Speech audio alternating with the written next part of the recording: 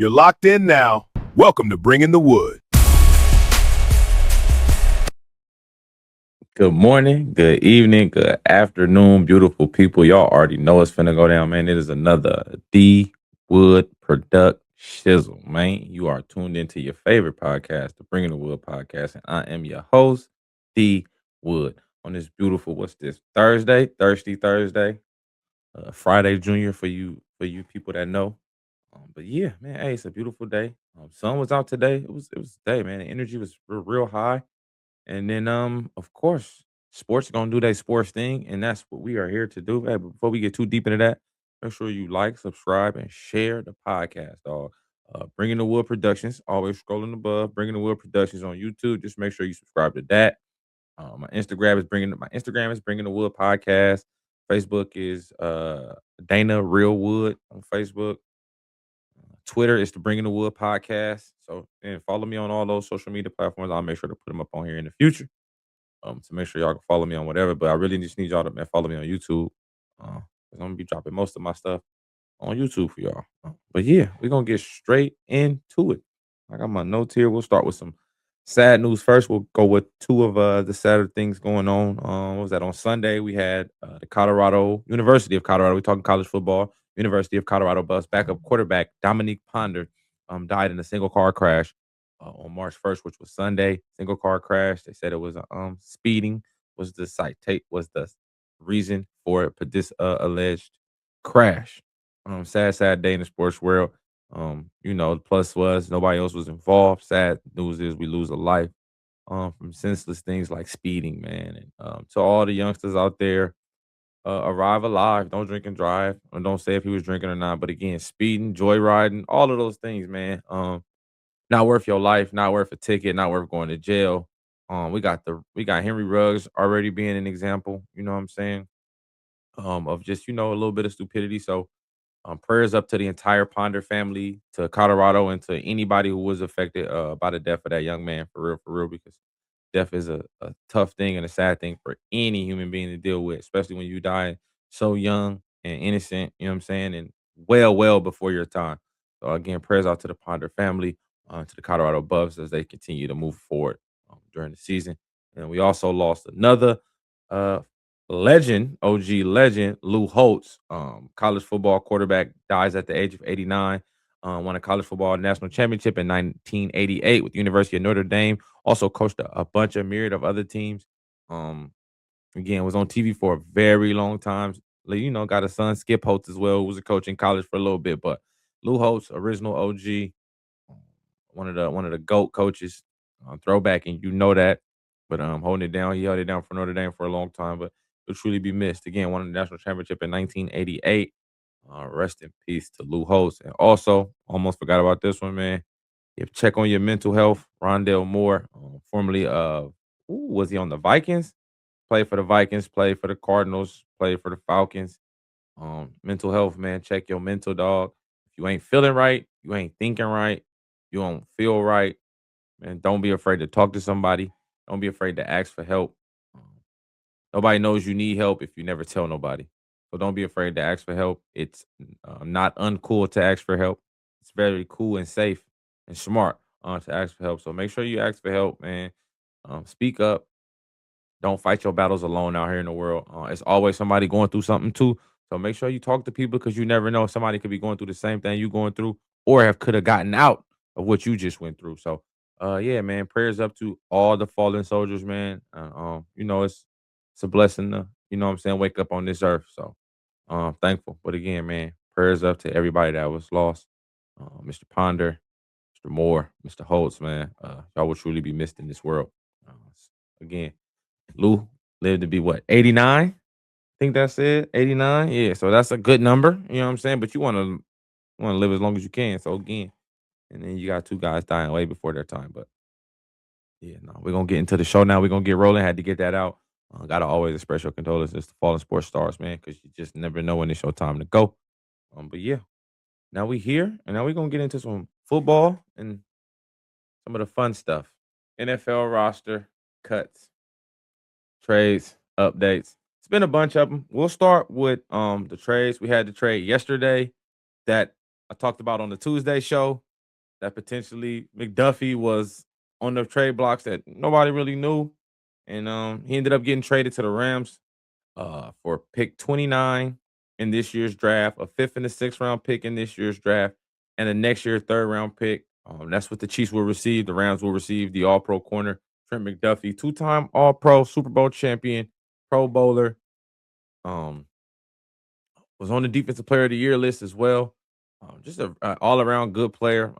Last time they did something like this, they traded for Jalen Ramsey some years back, and obviously, I'm not saying Trent McDuffie is Jalen Ramsey, but I'm saying that they traded for an elite defensive back, and he made their team a lot better, and they went on a run to win a Super Bowl. And again, they made it to the NFC Championship game with a bad secondary. And if you watch the Rams play, bro, it was a bad secondary. So now you add somebody like this, I'm pretty sure they'll probably try to add, somebody else as well, because they're gonna need at least 2 or 3 DBs to bring in to compete, for some competition. But I thought this was a big win for the Kansas City Chiefs overall. But this is a theme of Kansas City. If y'all have any history in Kansas City and how they operate with their corners, I had some little notes I wrote down. Um, Tardarius Ward, Tarvarius Ward, L'Jarius Sneed, Justin Reed, Trent McDuffie. These are all dudes who've made a Pro Bowl or all pro in the Kansas City secondary and was all traded. And they're all DB. So I wasn't again. So when I seen the little stuff floating about Trent McDuffie possibly being traded, that's what made me even say something on the podcast about it, because the history shows that they will trade their DB right when he's at his peak value, and then they're going to trade him, and then they're going to draft some more and do it again. It sucks that it sounds like that, but that's kind of how it looks like they work. But it's a good thing though. It's a good look. Again, big win for Kansas City, because you do need to invest in protecting your quarterback who's going to be coming back for injury. You're going to need a running back. Y'all literally have only one running back on the roster, and that's the rookie that y'all took this past year in the 7th round out of SMU. So you got one running back on the roster, no Kareem Hunt, no Isaiah Pacheco. So running back will be a major thing. So I'm pretty sure one of those picks will be used. I'm not even saying in the first round, but maybe later rounds for a running back. Maybe they attack running back in free agency. But what they did was they equipped themselves with enough picks to be able to kind of, if they need to move around and move up to get somebody that they eyeing on their board that falls, they'll be there to do that. Or if they just want to recruit more picks like they did and be able to put more pieces around Patrick Mahomes and his team, that's a fun thing to do too as well. But I'm excited to see how this works out again, man. The last time the Rams got a guy like this, they went to the Super Bowl. I'm not guaranteeing a Super Bowl for the Rams, not at all. But I do think this makes them a much better team coming down the stretch. Next trade we got that happened today. We'll talk about that today. And that was DJ Moore, number 1 wide receiver. Well, as the season went on, he started to turn into the number 2 behind Roma Dunze and Luther Burden. But he was the number 1 for them for 2 years. DJ Moore traded to the Bills for DJ Moore and a 6th round pick, traded to Buffalo for a mid-round pick, and it ended up being a 2nd round pick. I think that's a solid trade. I think they initially kicked the tires on AJ Brown, but when you hear the Eagles saying that they want uh uh a first or 2 for AJ Brown, it's like, bro, y'all didn't even pay that for him. You think we about to pay that for him? Y'all gave up a first for AJ Brown in the Titans trade. I know that because I was there. I was sad. I was heartbroken. So I can't see somebody else. I ain't gonna say I can't see nobody else, but I'd be surprised if somebody was to even really give up a first for AJ Brown right now, especially knowing he don't want to be there. Y'all kind of want him out, but then y'all don't want him out. That's why I think y'all raising the price so high. It's like we really don't want to trade him, but if somebody gonna come and get him, then they're gonna cash out and then we'll let him walk. But if not, he gonna be here because he's under contract and he's gonna play. And I think that's kind of how Howie Roseman works over there in Philly. But I do think if the trade does kind of come up that fits what they need, then he will do that. But I think the Bills moved on and went with DJ Moore. Again, I think DJ Moore is a very good wide receiver. I think he boosts that receiving core a lot. You add him with James Cook now. You got Dalton Kincaid. You got Knox, tight ends now, and you add again DJ Moore along with Khalil Shakir, who is a big time slot and kind of just earning his keep very quietly for the Bills. And now you add some help like that with a true X receiver or a Z receiver, whatever side you want to play, and he can play out wide and he can go make plays. He can make 50 balls. He runs all the routes. I think this is a big pickup for the Bills. This kind of helps them get that number one they were looking for. Because again, the draft with Carnell Tate running a slow time, that kind of sucked. And then a lot of the other receivers that they thought were supposed to be the first rounders kind of like underperformed. So you had those middle of the pack guys kind of take off. And I think that kind of made everybody a little scared about, okay, let's go and draft a receiver. So I think you're going to see a lot of those teams who are one or two players away or 1, 2 receivers away from feeling like they're a championship team. I think they're gonna hit the free agency up and go into free agency and try that look. Or again, make a trade to get one of these receivers. Again, there are some receivers on the free agency market. We'll check on the free agency market very, very soon. But again, DJ Moore to the Bills, I think that was a win for the Bills in this. I do think the Bears, they're going to have to get another receiver out there because you're going to need somebody to replace DJ Moore. I think Roma Dunze is going to play out there. They'll move Luther Burton into the slot, but you're going to need one more person, to fill in that role now that DJ Moore will be leaving. But again, they can draft and build. They got a tremendously young team, young quarterback, young running game, young receivers, young tight end. You know what I'm saying? And then like a middle of the pack O line where some players are older and some players are young. So they're kind of a fairly young team. So you go ahead and you get rid of the vet wide receiver, try to probably bring you in another youngster that you can develop with Caleb Williams. Maybe you go get one of them guys from USC later on in the draft, whether it's Lane or Lemon, even though they didn't play with him. Just the fact that they got those USC roots, you just never know. Ooh, excuse me.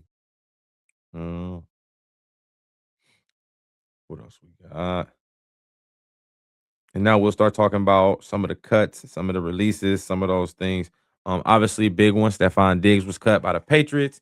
He was released. Again, he was like they number one, number two. I think when Kayshon Boutte started to pick up towards the end of the year, they was like, okay, I think we can lean on this dude now, and now we can go get somebody else. I do think they're going to be one of the teams looking for a wide receiver. It's already been rumored that they're going to be aggressively looking for a number one wide receiver. So again, that's AJ Brown. Is that Mike Evans? Is that Tyreek Hill? Even though he's injured, I think the Patriots have a lot of things they could do. They got some picks too that they have accumulated. So maybe you trade and you get AJ Brown. That's what it looks like right now. I think they're the front runner to land him, especially with the report that him and Vrabel got. Mike Vrabel never wanted to trade AJ Brown, and he said that multiple times. He never wanted to trade AJ Brown. That was a John Robertson thing that he wanted to do because he didn't think AJ Brown was worth 25 million because we were a running team with Derrick Henry, and then you trade AJ Brown and he still goes out and is one of the best wide receivers in the league. So and now John Robertson is like not a GM no more, and he's probably like something else on somebody's roster somewhere right now. But I digress. I'm not gonna get too frustrated with that. But again, Stephon Diggs released again by the Patriots after one season. Signed a 2-year deal though. Signed a 2-year deal, but released after one. And that's because all the receivers on the market. You got some decent receivers on the market. And again, we'll talk about that shortly. So I do think that's why they went along with that and released him. So yeah, that was kind of one of those things I seen. And I was like, all right, I think that kind of makes sense now. I think they're really penciled in on trying to bring in a true number one to pair with Drake May, whether it's through the draft or free agency or through trade. They're going to try to get them a number one wide receiver. So yeah, I'm gonna see how that works out, how that shakes out. But obviously, releasing Stephon Diggs is the first sign to know, like, okay, yeah, they're about to try to make some stuff happen, which is understandable. Again, man, it's an arms race. If you're not getting better, you're getting worse, and that's just kind of what it is right now in the NFL. Another surprise cut candidate, or not even cut, but not re-signed, was Cam Jordan. Lifetime Saints defensive end, all-time leading sacker for the Saints. I want to say, been there literally his entire career. Out of Cal. Cam Jordan played good football last season. I think Cam Jordan got at least a good 2 to 3 more solid seasons where he's going to be a starter and be an effective player.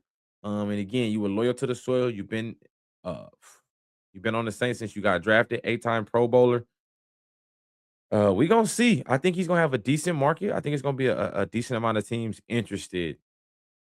Along, especially with everybody wanting to be going after Trey Hendrickson. You're gonna see those people like, huh, I'll take Cam.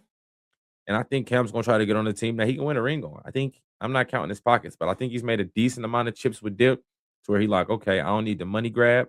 I need a ring. I want a ring. I want to solidify myself as a Hall of Famer and as one of the best edge rushers, edge players of our generation. And he's in that 10 to 12 to 15 DNs that we've seen since we started watching football in his era. He's been one of the best, one of the most consistent ones. So I'm excited to see. I think he's gonna have a really, really good market. Again, y'all already know the Cowboys is Cowboys gonna try to sign everybody. They just restructured CD Lamb's deal. They just restructured Dak's deal, and they just restructured one of their guards deals where they freed up like $47 million, $57 million in cap. So now they got some money to spend right now. The Chargers did the same thing. They released Mekhi Becton. No, I ain't gonna have it right here. Let me see. I got it in my notes, but you know how that works. But they released Mekhi Becton and a bevy of other dudes that now the Chargers are officially the number one team in cap space, in available cap at 99 million. The Titans fall right under that with 97. So again, Chargers got a lot of money to spend. But again, where you're gonna spend it at is the main thing we'll have to see, which will be fun. Again, we know about the Kyler Murray officially being released at the beginning of the league year, which is March 11th. So he'll be released by or before March 11th, as well. And then another thing I wanted to talk about was the Bears offensive lineman retiring. Drew Dalman retiring at 27 years old. 27 years old. He had just signed a 4-year deal last season with the Bears, played one full year of that contract, and is now retiring. Obviously, he was in good health, played well, played above average for them, was really, really well. For him to step away, again, goes back to what we talked about in the beginning, man. Protect your mental. I know this game is good, pay you a lot of money, set you up for life, but none of that matters if you're not happy, bro. Like if you're not happy with your life, it don't matter what you doing that look fun to us. Because to me, you're a starting center in the NFL, you make millions of dollars. What you sad for? But that's me.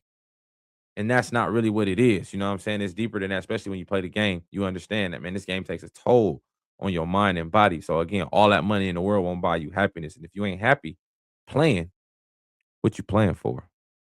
You know what I'm saying? So, was again head scratcher by him retiring, but like I respect it, dog. Protect your peace, protect your mental, and you know, and if it's meant to be, it's meant to be. He'll come back again. He was only 27 years old, so he wasn't an old player, or wasn't aged, wasn't washed. So I think he'll be okay. But I do think that was one of those things that caught him off guard, man.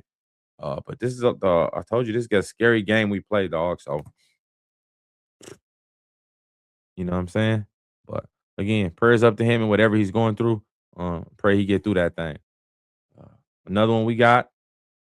The Indianapolis coach just came out and said they'll be speaking with teams regarding Zaire Franklin, they star linebacker.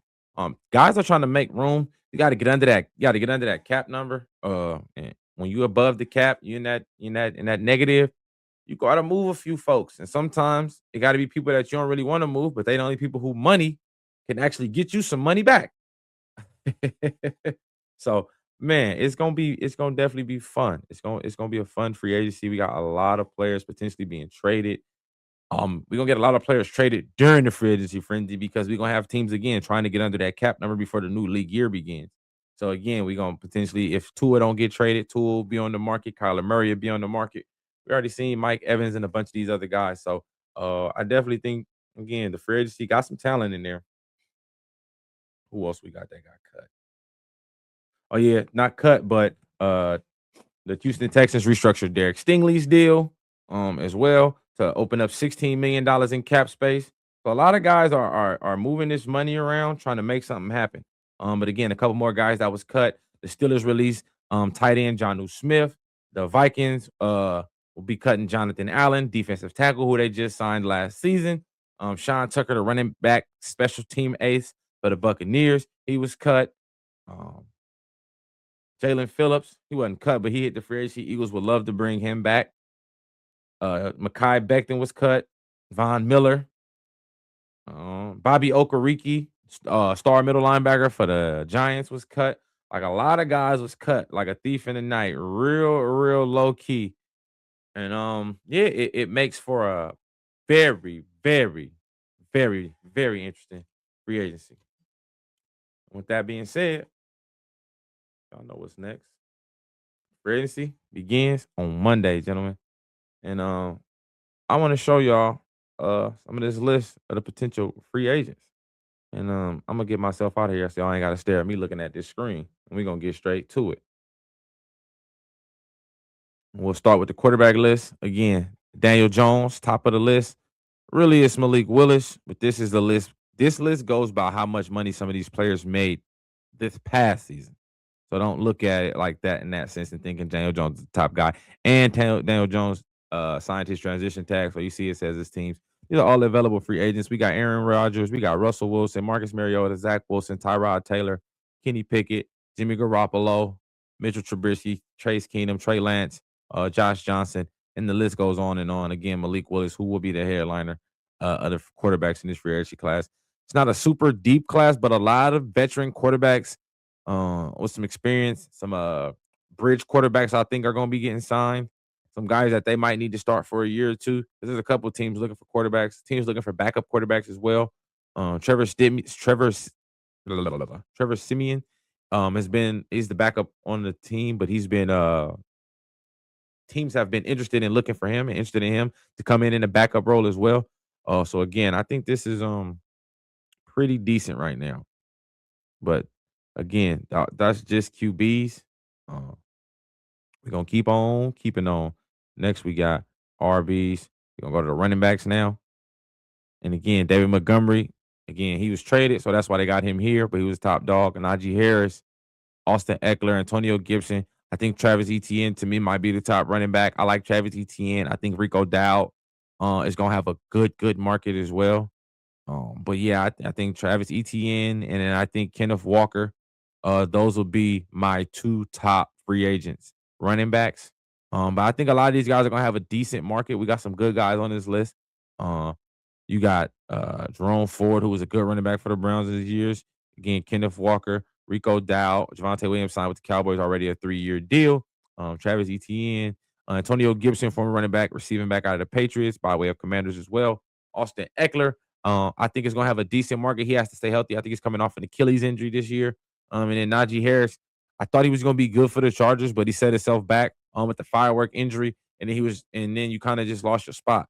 And then once you playing from behind, it's kind of tough to catch up like that. So yeah, I'm kind of upset on that happened like that, but it is what it is. Now I think Najee will get another chance. He'll get a chance on the roster. He's a hard nosed runner, still only 28 years old. So I do think you'll have a market. Rico Dowd, again, only 28 years old. I think you'll have a market. And then again, like I told you, Travis Etienne, 27 years old, one of the younger, better backs in the entire free agency right now. Probably the best back in the class. Again, because Brees Hall got franchise tag. A lot of people might take Kenneth Walker over him. I might take ETN for his receiving ability as well, but Kenneth Walker and ETN will be the top two dudes. Like I said, I'd probably take ETN over him because of the receiving ability. Wide receivers now, you already know Tyreek Hill, top dog on the list, but again, coming off of torn ACL, broken kneecap, something other, he might not even be able to return this season. So that's a wait and see approach.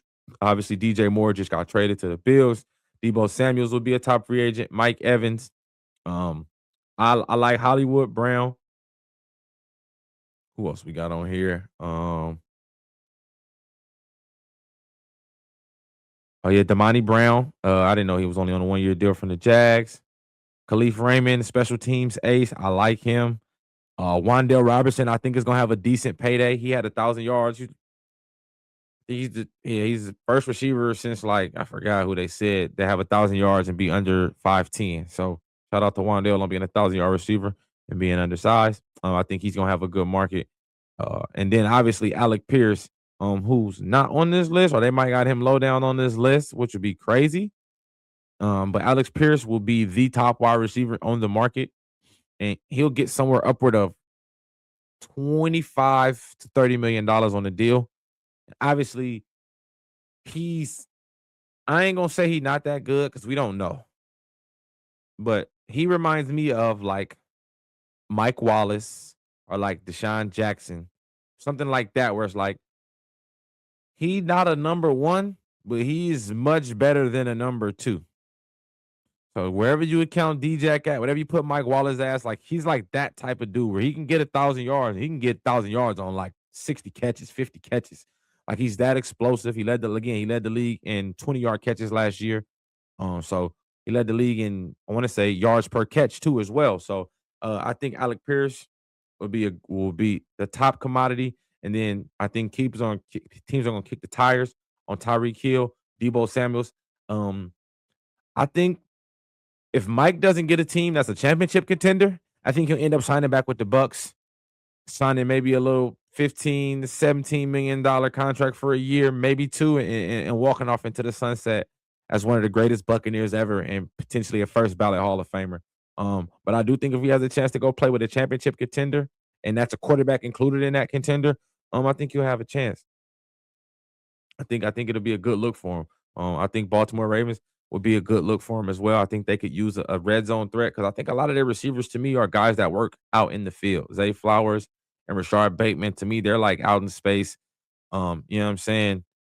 20 to 20 from the 20-yard line to the 20-yard line. But once you get inside the 20 and you're in the red zone, I feel like you need somebody you can just a little back shoulder to, a little 50-50 ball, a quick slant, and he can body the DB. I think that would help them guys out a lot. I think that's what they're missing is a physical presence wide receiver in Baltimore. But I think a lot of these receivers are going to find homes. We got a lot of talent out here. A lot of these guys are going to be role players. I don't see Rashid Shaheed on here on this list either, unless they got him lower down the list, which would be crazy too. As you can see, it's some talent all the way down here. Brandon Cooks, Marquez Valdez, Scantling, Tyler Lockett, Sterling Shepard, Juju Smith-Schuster. But yeah, I do not see. There go George. Yeah. There you go, Rashid Shaheed. I think he's gonna have a good market. I think he can get close to 18 to 20 mil a year. Not only because he's a decent wide receiver, but again, instant special teamer on kickoff and punt. And then the gadget player where he can play wildcat quarterback, he can get jet sweeps, he can get bubble screens, he can get down the line screens, tunnel screens, and those things of that nature. So I do think those things will help him out too. Tight ends, obviously, Travis Kelsey. To me, it's either Kansas City or retire for him. So I'm not gonna count him as the top tight end. But David Njoku will be up there. Jonnu Smith with him just getting cut by the Steelers just now or yesterday. This will definitely put him on the list. Very athletic tight end. Dallas Goddard, very good tight end. Up in age now, 31 years old, but a good tight end. Obviously, Kyle Pitts would have been the bell of the ball, but franchise tag, as he should have been. Because I want to see you do it again, brother. But I think David Njoku is going to be the hot guy on the market. He was a really, really, really good receiver in Cleveland, tight end, receiver, whatever you want to call him, out of the Browns for the last few years. Basically, since he got there, he's been very, very consistent. They just drafted Harold Fannin Jr., and I think he's kind of going to take that spot as tight end number one. So I kind of think they're going to move on from him. And again, I think David Njoku is going to find a nice little market. I think if the Philadelphia Eagles let Goddard walk, I think Philly would be a good place for Njoku to land as well. Kansas City as well, if Travis Kelsey was to kind of hang it up. I think those would be good fits for them. And then I think even the Rams would be a good look as well. As we see Tyler Higbee as a free agent, I think the Rams would be a good look for Dallas Goddard too as well if he wanted to as a vet to come over there and help out Matthew Stafford. Catch the ball middle of the field, first down, move the chains. The tight end list is real, real thin. But I do think we're gonna have some talent in the draft, a couple of decent tight ends, a lot of good blocking tight ends in the draft, and we're getting kind of back to blocking tight ends in the league. So I'm excited. We're definitely getting back to the blocking tight ends, and I think we need that. I think we need blocking tight ends in the world. They kind of went away, but they're coming back. So now you got to kind of be able to do both, especially with teams playing a bunch of nickel and dime a lot the game. So when you got that tight end in there, if he can block and he can catch him a little safety or corner out there slipping on the edge, I'm gonna tear him up. So I like that we bring him back to blocking tight end. Left tackles, man. Left tackles, we got Cam Robertson, who looks like he'll be the top guy. I like Trevor Penning. He's got to stay healthy. I think he has a chance. Cornelius Lucas was just cut. DJ Humphries, some decent guys. Again, George Font was a good guy, but I truly believe if you're looking for a lineman, no, Joseph Noteboom is a good guy. But Trevor Penning to me would be the guy I would kick the tires on. Former first round pick of the Saints. Had some injuries his first 2 years.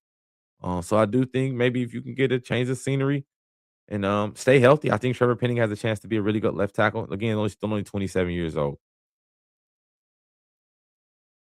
Left guard, Joe Patino, Isaac Samala, John Simpson. Zion Johnson is the guy. I love Zion Johnson out of Boston College, Chargers. Very physical. He can play center or guard. That's another reason why I like him. Position versatility. 27 years old, so he's still really young. Another good lineman I like in here, Dylan Parham from the Raiders. Out of Memphis, the mid-round pick, played pretty decent for the Raiders. I think he'll have a solid market as well. And then you got some of the older dudes, David Edwards. I think he's gonna have a good line. He was a good he can't sign back with the Bills because he's gonna get paid too much. So like David Edwards would be a good guy who's gonna make some decent money. Joe Batonio is gonna be a good one. Again, these are older guys, but these are guys who will be 1, maybe 2 years, a little bridge gap till you can find you the next guy to take over. Cole Strange, again, another young guy, has some ups and downs, kind of was overdrafted by the Patriots a few years ago. But he's gonna have a chance to make some money. Because again, when you're still young, you'll get those chances. Top center is Lloyd Cushenberry. Again, we just cut him. Again, he was coming off an injury. We drafted last name Jackson out of Sac State last year. He's a guard and center. So I feel like we're gonna give him a chance. But again, there's a lot of good centers in the free agency as well. Tyler Baziz, Connor McGovern, Tyler Lindenbaum will probably be the top dude. Juice Scruggs traded to the Lions. That was a good one. I thought he was a better lineman. These are some you got decent. Andre James was a good one as well. I thought those were a couple of the guys that stood out. Luke Fortner from the Saints, 28 years old, young guy. Again, Linderbaum is 26. Cade Mays from the Panthers, 27. So it's some younger dudes on here who will get a chance to make some money. You know what I'm saying? You need you a good leader and starting center. Right guard, Wyatt Teller from the Browns. Kevin Zeiler was a 1 year for us for the Titans. But I'm thinking the guy I'm gonna like is Elijah Vera Tucker of the Jets. If this guy stays healthy, he's a Pro Bowl, All Pro right guard, left guard, and he can play center as well. Position versatility for the Jets, but he has to stay healthy. Again, if Elijah Vera Tucker stays healthy, he has a chance to be probably one of the better guards in the free agency. I also like James Daniels from the Dolphins by way of Iowa. Gotta love Iowa linemen as well. They always kind of handle business. Right tackle, Jawan Taylor.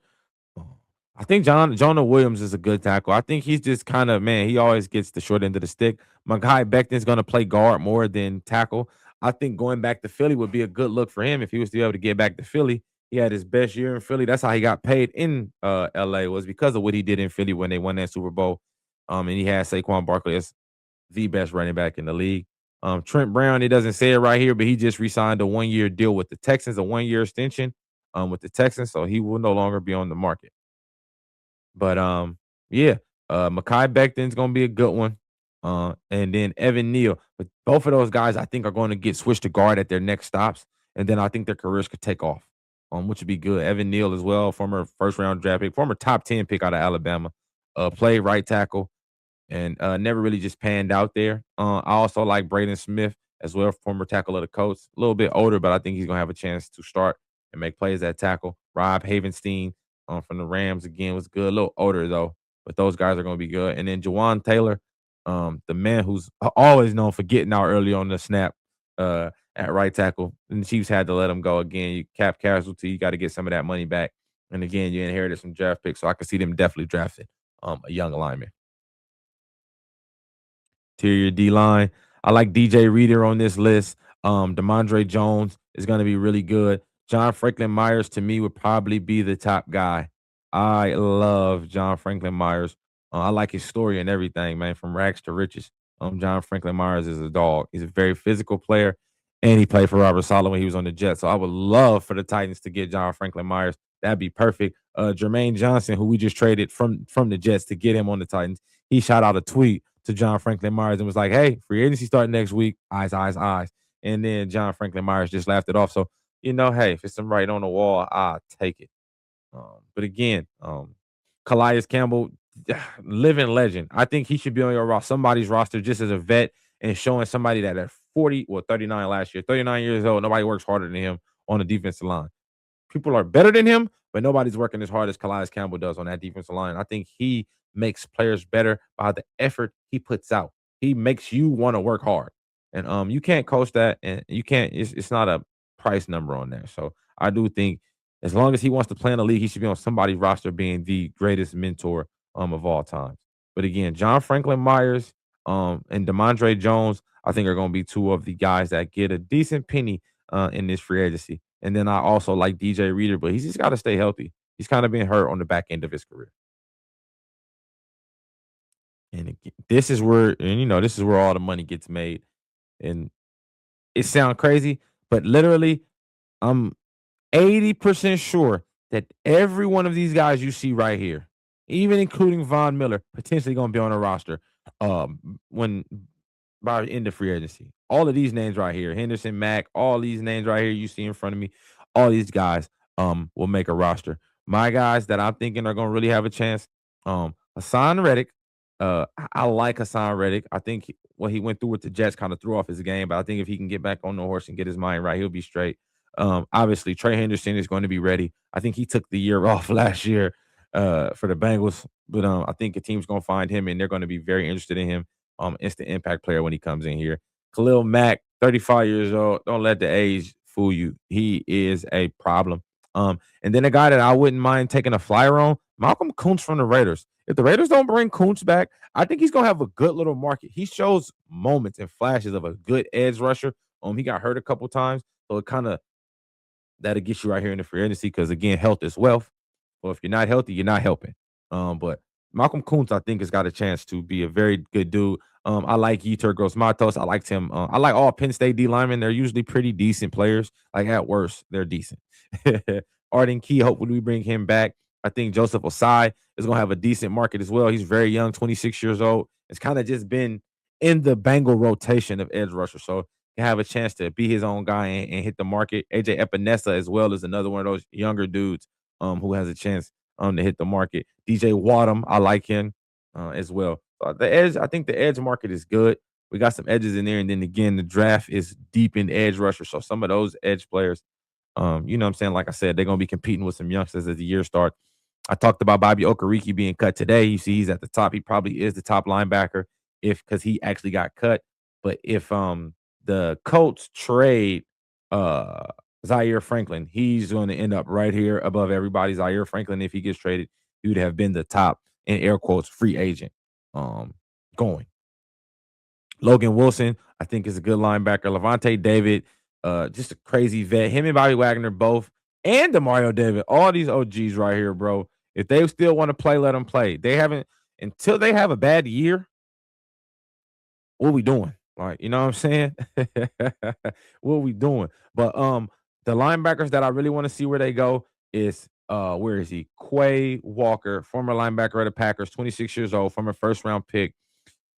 Played in the middle a little bit, played a little bit better when he got outside, and then you kind of just get phased out by the talent around. They drafted the cat from Texas A&M right now. I'm having a brain fart on his name, but he took over at the middle linebacker spot, and then they still be playing McDuffie, McDuffie at the other linebacker because he's more of a run supporter. So, and then Quay wasn't able to rush off the edge. He wasn't really successful dropping back in coverage. So it was like maybe that scheme didn't fit him. But again, when you're 26 years old, you're gonna have a market. Devin Bush is a surprise dude. He had a Pro Bowl year for the Browns last year. Again, still only 28 years old.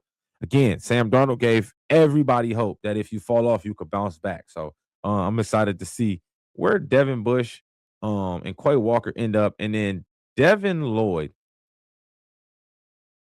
He last year for the Jags was his breakout year. He went crazy. But again, there was like a 1-year thing, and they didn't pick up his 5th year, so they had to let him go. They didn't want to spend that franchise tag on him. I think they felt like that tag money was pretty high for a linebacker. So they let him walk. But again, Devin Lloyd's gonna have a good one. Devin Lloyd, Devin Bush, Quay Walker, Logan Wilson, Levante, Bobby, and Demario Davis. Those are the guys I'm excited to see. Caden Ellis is a good blitzing middle linebacker. So that's gonna be fun, right along with Alex Anzalone as well. Safety, Jalen Thompson's gonna be a good one. Kyle Duggar's been good. Harrison Smith retired, so I don't know why they got him like this. He retired, so that's kind of that. I like Andre Cisco. I thought he was gonna be better for the Jets. He didn't. Kevin Byard, my Titans should have never let him go. We never should have let him go, and he's still intercepting the ball for other teams right now today. So I think Kevin Byard, even though he's 33 years old, a little longer than two, he's still gonna have a nice little market. Andre Cisco, like I said, is gonna be good. Geno Stone had great years for Baltimore, and then got to the Bengals and kind of fell off. Don't know what happened. Cameron Curl has a chance to make a nice little market for himself. Darius Washington from the Raiders had a really good couple years for them. He got hurt last season and missed all of last year, so we'll see what it looks like. Tony Adams was good as well too. Solid player for the Jets. There's some decent safeties in here that they'll have to pick from. Cornerbacks as well. Started by Trayvon Diggs. Again, coming off the injury. So we'll see. Packers let him go. Cowboys let him go. We'll see. He's gonna be a fully year removed come next season from the injury. So we'll see who picks him up. A tremendous zone corner. So I think a zone team is gonna have to find him, find a place for him. I don't know exactly what his price gonna be, but shit, Seattle about to lose some corners. If he ain't trying to get top corner money, which I don't think he should, man, go over there and play in that cover three with them, and you might have a chance. Darius Slay, I think, is gonna still have some good football left in him. Jonathan Jones, good corner. Jamel Dean, I think he might be needing to move to safety now, but we'll see. But I do like Jamel Dean. Eric Stokes is still young. I think he has a chance to continue to do it. We talked about McDuffie already. Greg Newsome is going to be a good guy out there on the market. And then again, they don't even have Tyreek Woolen on here unless they got all these fools down the list. Alante Taylor is a guy that I really like. My Titans have been talking to his agent a lot. I think we want to try to bring him in. He's going to be a good corner too. I liked him for the Saints the last few years. Yeah, they playing. I ain't finna go no further. But again, Josh Jobe of the Seahawks, Kobe Bryant of the Seahawks, Tyreek Woolen of the Seahawks, all gonna be free agents. And the Seahawks got a lot of people they need to sign too. So it'll be fun to see how they make shift this and bring those players back. Oh, there goes Josh Jobe right there. But yeah, Josh Jobe, and he was an undrafted free agent that they picked up, and he's earned his keep. So he's gonna make him a pretty penny on the market from somebody. Somebody will make him give him some bread to be a starting corner in this league and see if he can continually do it. And beautiful people, that's free agency. Again, a lot of talent in the free agency, a lot of players, a lot of ballers, uh, position groups. Again, as we get into next week, I'll start to bring on some guests of other teams. My all access team, I got an all access team out here, and they're gonna give you everything you need for your team. So you into football, stay tuned. Coming Sunday, it'll start on Sunday. So yeah, be around. It's gonna go down. We're gonna have some Raiders, some Niners, Rams, Chargers, not all that one day. But again, like I told y'all, man, I've been reaching out to make this platform good, man. So you just don't see me sitting here talking sports all day, bringing some other people that are tapped in with teams just as much as I am, or even more than I am, because it's their team. So we'll be able to have some fun, get some fresh faces on here, meet some new people. You know what I'm saying? Extend some olive branches and meet some folks and get to meet some new people and go check out their sites and their streams and see what they got going and kind of meet some of the football minds and sports minds that are around the Bringing the Wood production. You know what I'm saying? We got a nice little team. But enough of that. Let me get you to what I want to. It's NBA time, baby. Got to get a little NBA news and notes in here. Obviously, what was that, Tuesday? We talked about Giannis and Trae Young playing. I'll get into that. We're gonna talk about some of the live games right now. We got a couple games going live right now. I'm always talking about my Brooklyn Nets. We at half right now with the Heat down 56-60. We got Warriors Rockets going right now. Warriors up at the half 51-47. We also got Jazz Wizards into the third quarter. Jazz up 87-77. Mavericks versus the Magic. Magic are up 84-77 with 2.5 left in the third quarter. We also got Pistons Spurs in the doozy right now. 31-42 Spurs up. 9 minutes left in the second quarter. And then we also have the Raptors and the Timberwolves right now early in the second quarter. 33-31 Timberwolves lead. Couple games will start later. Bulls and Suns start a little bit later. We also got Pelicans and Kings starting later. And then nightcap Lakers and Nuggets as well finishing off. But I'm gonna go to the Wizards and Jazz game. I got to talk about Trae Young. He making his debut. They said he only played anywhere from 17 to 25 minutes. So I just kind of want to see what he's been doing so far. So far, again, Trae doing Trae things. He ain't shooting that well, but 12 points on 9 shots with 6 assists. But he's 1 for 5 from the 3-point line. Again, got to get used to shooting in DC. But I think Trae Young is gonna fit well over there. Like I said, I don't think he's the greatest winner, but I do think he can fill up the stat sheet. You put a good team around him, they can win. I don't think he's putting the team on his back and carrying it. So you definitely want to put some talent around. I like that. Like I said, the AD thing will look good for him. But they got a lot of young talent over there, so it'll be fun to see the Wizards. But yeah, I'm gonna keep tabs on Trae Young and see how he finishes out the year, with the Wizards. But I want to get into some more serious stuff too. Um, I want to talk about the Boston Celtics, and I want to talk about Jayson Tatum. Y'all know me. I'm Duke Blue through and through. Go Duke Blue. If you went to Duke, I root for you.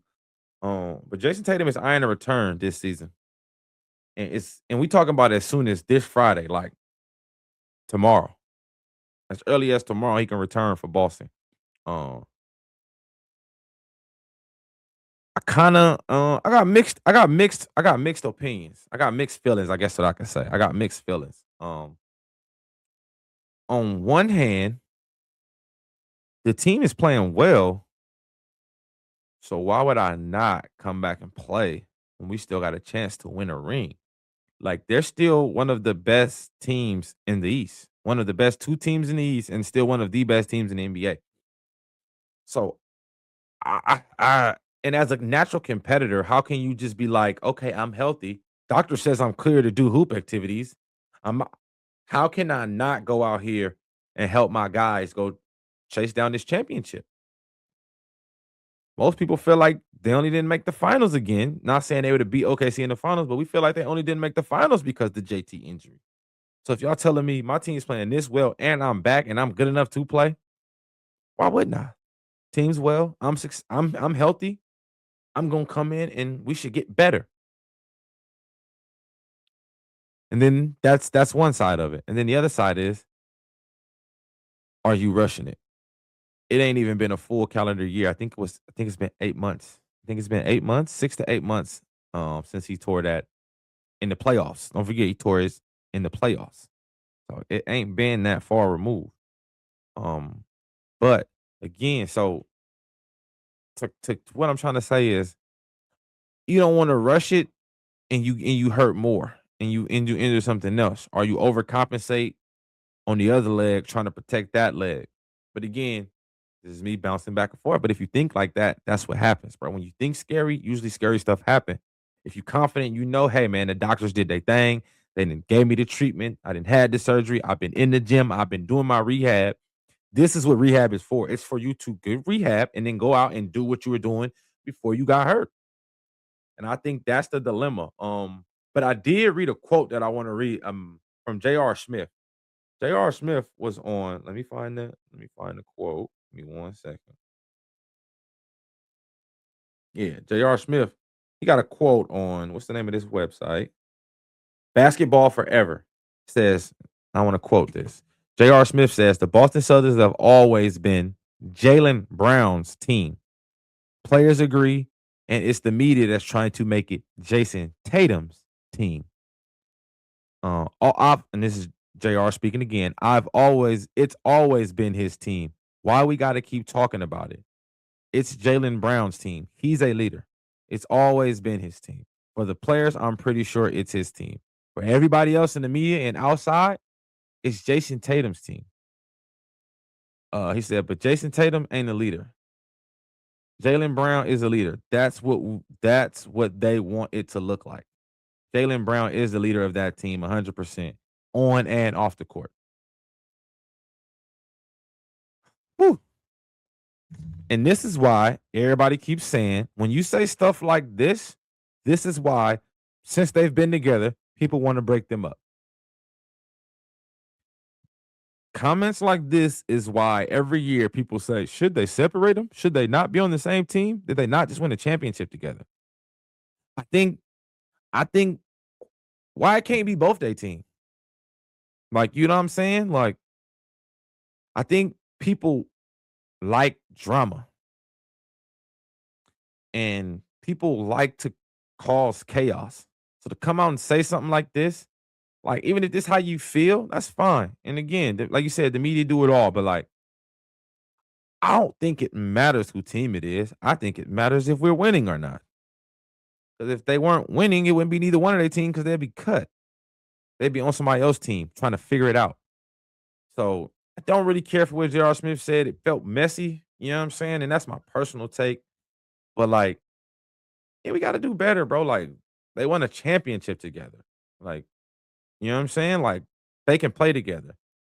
I don't think it matters whose team it is. I think they respect each other and they know how to um fall back when the other one is hot. You watched it in the playoffs. That's why Jaylen Brown won Finals MVP because Jayson Tatum was playing trash, and then he was like, "Yeah, here you go, here you go, and I'm gonna defer to you now because you're the high hand. Lead us to the promised land." And Jaylen Brown went and did that, and that's what basketball is. Teams. When you not on your best, I'ma be on mine, and when I ain't on mine, I'ma need you on yours. That's basketball. That's teams. That's how it works. And I think people miss the mark on that. You can't win by yourself. Like as good as the Boston Celtics is, nobody at the beginning of the year thought they was gonna be this good. Second best team in the East still with no Jayson Tatum. And even if the shoe was on the other foot and Jaylen Brown was out, teams would say the same thing. Yeah, we're gonna think the Celtics gonna be good and competitive. They're Boston. But we didn't think they was gonna be the second best team. We didn't think Jaylen Brown would be on MVP list, playing as one of the best players in the league. We didn't think any of that. And that's fine. But again, you got to go out and play. That man wasn't taken in the top 10 for nothing. And that's me. My thing is, if I take you in the lottery with a top 10 pick, that means you got the potential to be a franchise player. Top 10, not 11, not 12, 13, 14, 15. When you get taken in that top 5 in the NBA draft, some people think it's just the top 5. I think it's a top 10. You get taken in that top 10, that means you got potential to be a franchise player or at least an all-star caliber player. So I like where the Boston Celtics are. If I wasn't a Super K Cunningham fan, I'd be rooting for Boston to go win it all because I hate the narrative that they drove. Like, and that's gonna be the thing. Soon as he come back, soon as they lose the game, is Jayson Tatum throwing off the chemistry? Should he have stayed out and let Jaylen Brown run the show all year so they can win another ring? Like, no, he shouldn't have. They pay me to play basketball, and if the doctors and everybody's saying I'm healthy, I'm gonna play. Because if you go out there and get hurt, it's on him. But he could sit out all this year and come out next year and get hurt. And then what we gonna say? You get me? Like, it's one of those things where it's like, bro, do what makes you happy. And playing basketball makes Jayson Tatum happy. So I think everybody trying to tell him what he should and shouldn't do should chill back and just let him do his thing, dog. The kid's young, he's talented, his team is winning. He like, I could help. I want to be a part of this. That's why he grinding. That's why he's doing the 5-on-5 with the G League team. That's why he running scrimmages because he grinding to get back. Because I ain't just playing for the check. If I was playing for the check, I would have packed it up and been chilling at the crib or in a suit with my fine fiance, wife, and baby, and I'd be chilling. He got a good life. But that's not what makes his life. It's basketball. And if I can play basketball, I'm gonna play basketball. That's for football players. That's for sports players, bro. I was having a conversation. I didn't have conversations where I'm like, look, bro, I didn't got seriously hurt in football. And I was like, yep, I'm still gonna do it. When DeMar Hamlin died on the field and came back, and everybody was like, he should retire. I literally was like, if the doctors tell him he don't need to retire, he could play. He gonna play. This is his happy place. Football ain't just something we do as gladiators to be macho, bro. Sometimes this is an escape. Same thing for basketball players, baseball, soccer. Sometimes sports is an escape from the real world and from the real world stuff that we deal with from Monday to Sunday. So now I can go to my comfort and my happy place and do what I love to do. Do you know how sad and miserable Jayson Tatum had to be that he couldn't do basketball for the last X amount of months while he was just sitting around waiting, sitting on a torn ACL? That's depressing to a basketball player when all I do is play basketball every day. If all your dog do is run around all day outside and then you just stop taking him outside, but he's still eating good, he's still living good, his life's still lavish, he gonna still be a little upset because he likes to go outside and run because that's what dogs do. So for people to sit here and say Jayson Tatum is foolish for coming back, only way he'd be a fool for coming back is the doctors told him, hey, you shouldn't come back. Then you'll be a fool. But if the doctor's telling you okay, the team doctor's telling you okay, you telling you okay, you gotta go out there and do it. And like you said, you let the chips fall where they may. Nobody pray on injury. Nobody hope for injury. But again, when you think like that, it's mental, bro. This sport we play is mental. Sports are mental. And if I think like that, I think I'm gonna get hurt. I think my leg's not gonna work. It's not gonna work. And like he keeps saying, bro, I'm not coming back to be a role player. I'm not coming back to stand in the corner and watch. I'm coming back to be in picks and mixes and get the ball and shoot threes and attack and create and be Jayson Tatum. Because the only way I'm gonna know I'm him still is if I can go out there and try to be him. If I go out there and try to be somebody else, I'm gonna pigeonhole myself into a whole new role because I'm scared. Don't be scared for Jayson Tatum. He ain't scared. Shit. So y'all shouldn't be either. But look, I ain't gonna hold y'all no longer, baby. That's it. That's the show. It's a wrap. I thank y'all for tuning in. You already know. Subscribe to the Bringing the Wood production. Bringing the Wood production on YouTube. Make sure y'all click that. Go to YouTube right now. Type that in. So hit the sub button.